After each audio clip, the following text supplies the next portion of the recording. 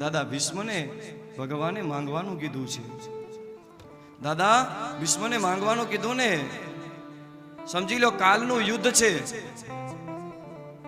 અને કાલે યુદ્ધની અંદર દાદા ભીષ્મ માંગી શકતા હતા કે ભગવાન યુદ્ધની અંદર હું જીતી જાઉં, મારો જીત થાય.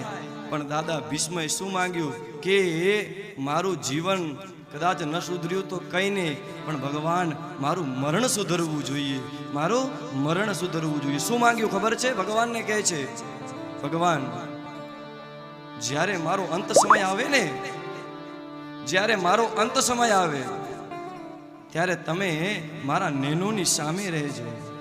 જ્યારે અંત સમય આવે પ્રભુ તમે રહેજો આ નેનો નિસામે પ્રભુ.